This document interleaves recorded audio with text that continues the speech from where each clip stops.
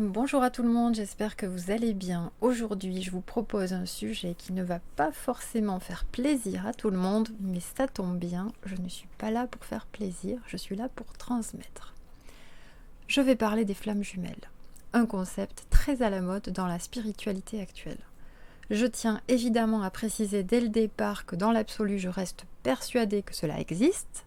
Cependant, tel que cela est présenté et vulgarisé aujourd'hui, cela relève pour moi du New Age, c'est-à-dire une spiritualité pervertie qui a pour but de nous perdre nous-mêmes en nous faisant croire, bien évidemment, que cela fait partie de notre éveil spirituel.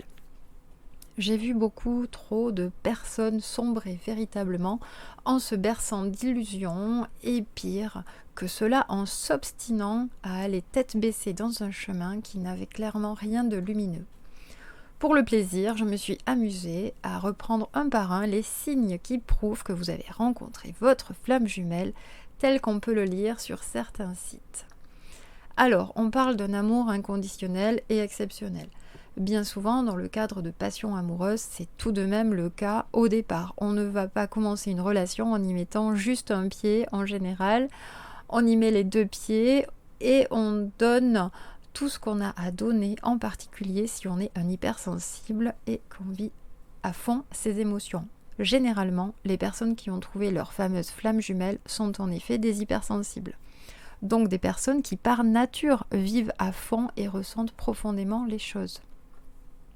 Ensuite, on dit souvent que dans un couple de flammes jumelles, on est à la fois identique et opposé.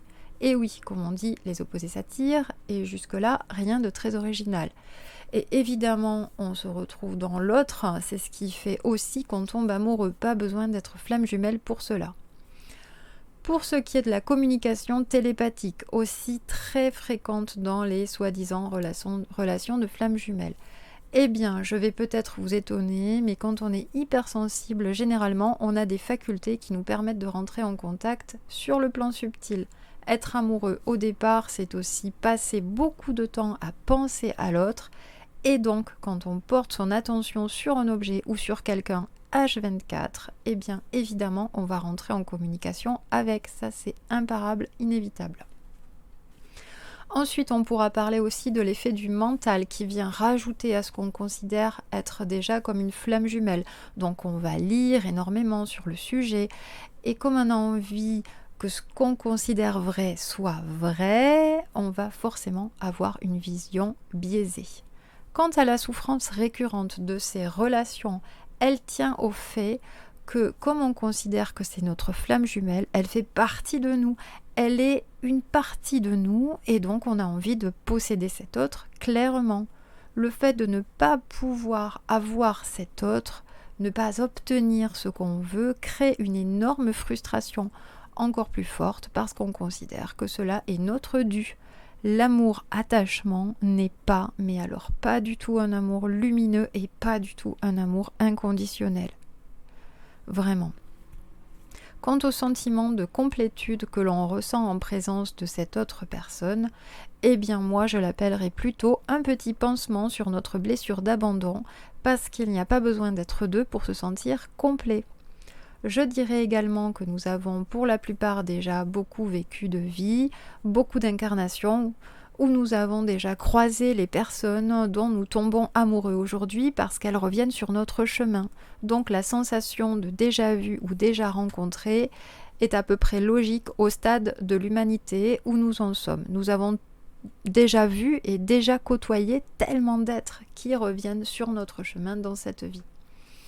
Beaucoup de personnes se considèrent être dans un parcours de flammes jumelles alors qu'elles sont simplement dans des relations toxiques qui n'ont absolument rien à voir et qui ne sont pas du tout acceptables. Mais le simple fait de vivre cette souffrance intense de relations semble être comme quelque chose de normal alors que tous les warnings sont allumés et que tout devrait pousser cette personne à prendre les jambes à son cou. Et souvent même l'entourage le dit. L'entourage peut dire mais qu'est-ce que tu fais encore avec elle ? Et je connais même des personnes que j'ai accompagnées qui continuaient à vivre leur relation avec leur pseudo-flamme jumelle dans le secret parce que tout simplement elle n'assumait plus du tout aux yeux, elle n'assumait plus d'avoir cette relation-là par rapport à l'entourage. Voilà. Bien souvent, d'ailleurs, lorsque donc je fais aussi des soins à des personnes, soi-disant dans un parcours de flamme jumelle, eh bien, je diagnostique énergétiquement de l'emprise. Pensez-vous donc que si c'était une relation qui fait du bien, il y aurait une emprise sur vous ou dans vos énergies? L'emprise arrive à partir du moment où on laisse son libre arbitre à un autre, où l'on perd sa souveraineté. Et clairement, combien j'ai vu de personnes perdre toute leur joie de vivre, toute leur énergie et s'accrocher à quelque chose de totalement souffrant et bien souvent fantasmer en espérant un appel, un signe, etc. Et on se rend clairement malheureux. Ça, c'est une grande force du New Age, arriver à nous persuader que ce que nous vivons est juste au point que nous ne pouvons même plus suivre notre intuition. Alors pourquoi on en arrive là ? Eh bien, c'est tout simplement par une grande difficulté à accepter de se mettre au centre de sa vie et être aussi dans l'illusion que l'autre, cet unique, soi-disant autre, vient dans notre vie pour nous révéler à nous-mêmes. Mais il n'y a que nous pour nous révéler à nous-mêmes. Cela ne peut venir de personne d'autre. Vous êtes votre centre. Et ce qu'il se passe quand on croit être dans une relation de flamme jumelle ou que ce parcours n'est pas bien ajusté, eh bien, on perd totalement le cap. Non seulement cela a un impact au niveau émotionnel, mental, mais aussi spirituel, parce que l'autre devient notre centre. Il nous fait perdre complètement les pédales. On pourrait aussi parler d'auto-envoûtement et d'auto-persuasion dans certains cas. Et on trouve toutes sortes de justifications mentales à ce que nous vivons. Combien voient des signes qui leur rappellent leur flamme? Mais en réalité, ce sont des signes qui sont déclenchés par les personnes elles-mêmes, parce que l'univers crée ce que nous désirons nous-mêmes. Par exemple, si votre flamme jumelle s'appelle Arthur, vous allez y penser H24. Et vous allez voir même le mot Arthur partout. Ce n'est pas l'univers qui vous dit que vous êtes sur la bonne voie. C'est tout simplement vous qui attirez à vous ce que vous vibrez, toutes vos pensées et toutes vos obsessions mentales qui prennent la forme dans la matière. Et c'est valable pour tous les signes. Vous trouverez des justifications à tout parce que le mental s'arrange toujours. L'ego s'arrange toujours pour ne pas perdre la face. Alors, on va commencer à penser qu'on est avec sa flamme jumelle et on va faire tout en sorte pour trouver la paix et l'harmonie dans le couple, alors que l'autre partenaire n'est capable d'aucune remise en question et n'est même pas du tout capable d'être intéressé par un quelconque chemin spirituel. Bon, je ne dis pas que c'est le cas de toutes les personnes qui sont toutes les personnes que vous considérez comme flammes jumelles, mais bien souvent, voilà, il y a ces personnes qui ne sont pas capables de se remettre en question et vous pensez que ce sont des flammes jumelles. Pensez-vous vraiment qu'il soit possible que tout d'un coup, par le plus grand des miracles, cette personne change du tout au tout, simplement parce que vous avez décrété que vous êtes dans un parcours de flamme jumelle et qu'elle va s'éveiller? Non, en fait, il faut que ça vienne d'elle. Une relation, ça se fait à deux.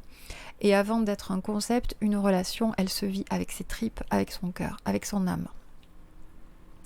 Comme toutes les notions du New Age, celle de la flamme jumelle va nourrir énormément l'ombre parce que c'est un parcours bien souvent de souffrance, voire, et je pèse mes mots, de torture émotionnelle. D'ailleurs, bien souvent on confondra les pervers narcissiques et autres toxiques avec les flammes jumelles, ce qui permet évidemment de cautionner leur emprise. La flamme jumelle, c'est cet être merveilleux qui vient nous proposer de ne plus travailler sur notre blessure d'abandon et tout un tas d'autres blessures que nous pouvons avoir. Si nous sommes si mal, ce n'est pas parce que nous avons des blessures d'enfance non traitées, non, c'est parce que nous devons être avec notre flamme jumelle. Oui, on peut se raconter énormément d'histoires et cela nous éloigne considérablement du réel, cela nous désancre totalement, cela nous coupe de nos racines, non seulement Nous nous racontons des histoires, nous sommes dissociés de nous-mêmes, mais en plus, nous sommes dissociés de ce qui fait notre connexion intrinsèque. Nulle personne sur Terre n'est votre centre à part vous-même. Voici le fond de ma pensée concernant les flammes jumelles. Alors bien évidemment, je ne dis pas que ça n'existe pas du tout, je dis seulement qu'aujourd'hui, il y a vraiment beaucoup de parcours qui sont pas forcément exacts. Cela nourrit énormément l'ego de se croire dans un parcours de flammes jumelles et cela entrave considérablement le travail d'introspection. Donc moi j'aurais envie de vous dire, arrêtez de vous mettre dans des cases, des catégories, c'est vraiment réducteur. Votre relation puise sa légitimité ailleurs. Gardez votre souveraineté, soyez votre centre et surtout acceptez l'impermanence des relations. On croise les personnes qui sont à même de faire un bout de chemin avec nous sur un temps donné et puis on avance et puis on peut faire d'autres rencontres après. Vivre dans le mythe de l'amour parfait et absolu, ce n'est pas pour cette vie. Sortez de la nostalgie de l'unité primordiale et vivez. Voilà. C'est ce que j'avais envie de vous dire aujourd'hui sur les flammes jumelles. Je vous souhaite maintenant une très belle journée.